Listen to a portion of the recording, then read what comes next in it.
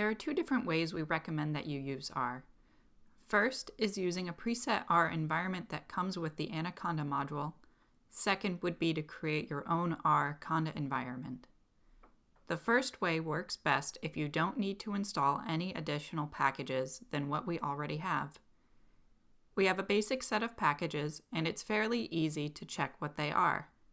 If you find you have to install additional packages, it's best to start from scratch with a new R environment, as R package dependencies can be finicky. I'll show you all of this in this video. If you've used R on our system before, the first thing you want to do is make sure you don't have any old R library directories in your home directory. Run ls-r. If you see anything pop up, it's best to remove these old libraries, as they can conflict with the new R environments. If you'd rather not delete them, say if you saved any old code in there that you want to keep, go ahead and rename them instead. I'm renaming mine r_old.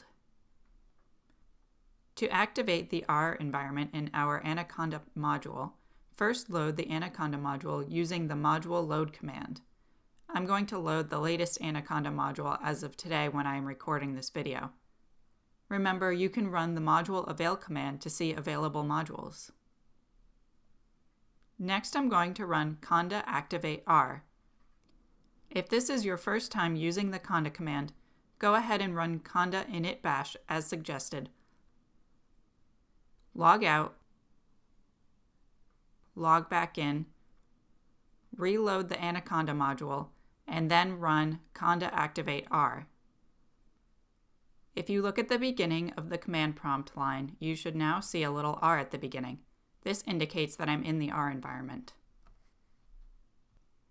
A quick way to check which libraries are installed is to run conda list. The packages that start with r- are the R libraries.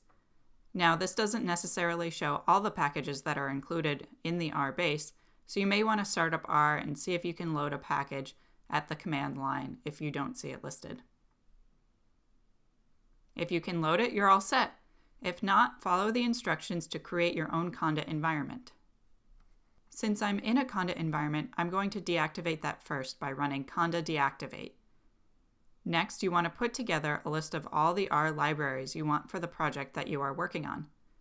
R conda environments work best when you include the libraries you need as you are creating the environment. Most R libraries are available through conda, and they are adding new ones all the time.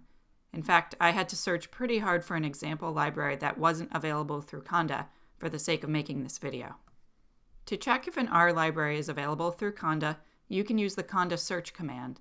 Remember, in conda, all R libraries are prepended with the r-. So for example, if I wanted to search for rjava, I would run conda search r-rjava. You'll usually see several things listed if your library is available. Unless you are looking for a specific version, as long as you see something listed, you are good to go. If your package is not available, for example, I'll search for EIPack, you'll see a message saying your package is not available from the current channels. A conda channel is a place that hosts packages. The next step is to create your R environment. You can use the conda create command to do this. I'm going to type it out and then explain the different pieces. Conda create -n myr -c conda forge r essentials r tidyverse r data.table. The first option, -n, specifies the name of your environment. I'm calling mine myr. The second option, -c, specifies the channel that you are getting your packages from. You don't have to worry about this too much, but I have found the most success using the conda forge channel, so that is what I suggest to you. Next, I specify which packages I want.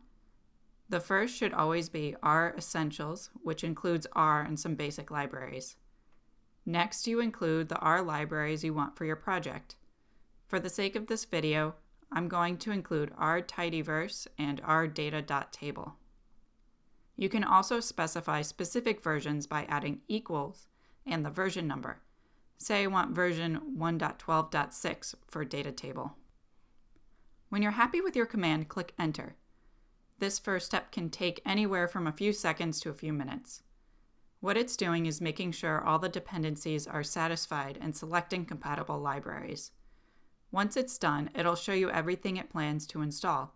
Unless you see something you don't like, press the Y key and hit Enter to continue. It's now going to go through and install all your packages. This also may take a few minutes. Once that's done, you can activate your R environment with the conda activate my R. If all your packages were available through conda, great, you're all done. Otherwise, you can install your remaining packages into your conda environment the traditional way. First, start up R. Then you can run your usual install.packages command. For example, I'll install eipack, which I wasn't able to find in conda before. This can sometimes take a minute. Once you've installed any additional packages, you're all set to go. You can try to load your packages now just to test that they've been installed properly, but remember not to run anything else on the login node.